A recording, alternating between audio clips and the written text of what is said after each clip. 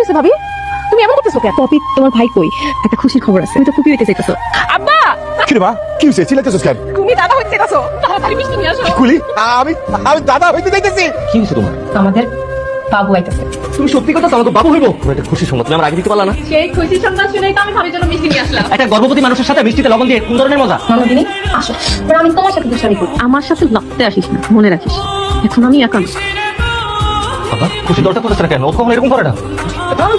আসল খুশি সে কতক্ষণ ধরে আমরা দরজা ধাক্কাধাক্কি করতেছিলাম, আমরা সবাই চিন্তা করে গেছি না? আরে এখানে পুরো সময় শুধু তাই লোক ঠিক আছে। ঘরের মধ্যে কি আসছিল? আসলে তো এই লোক ঘরের মধ্যে আসতে কেমনে? বিশ্বাস করো, আমি না কিছু জানি না। একদম চুপ থাক। আমার যা বুঝার বুঝে গেছি। আপনার এই মায়ের সাথে আমি আর সংসার করুন না। আমাদের সংসারে আসার পর থেকে এই সংসারটা চালে আপনার শেষ করে দিচ্ছে। আপনার মাইয়া একটা অসতী, পেটে বাচ্চা নিয়ে পরকীয়া করে ধরা পড়ছে। মাসুদ, মুখে লাগাম দিয়ে কথা কও। তোমরা সবাই মিলে আমার মেয়েটারে ফাঁসাইতেছো। আমরা কোনো চক্রান্ত করি না। এত বড় বড় লেকচার না দিয়া নিজের মাইয়া চরিত্র ঠিক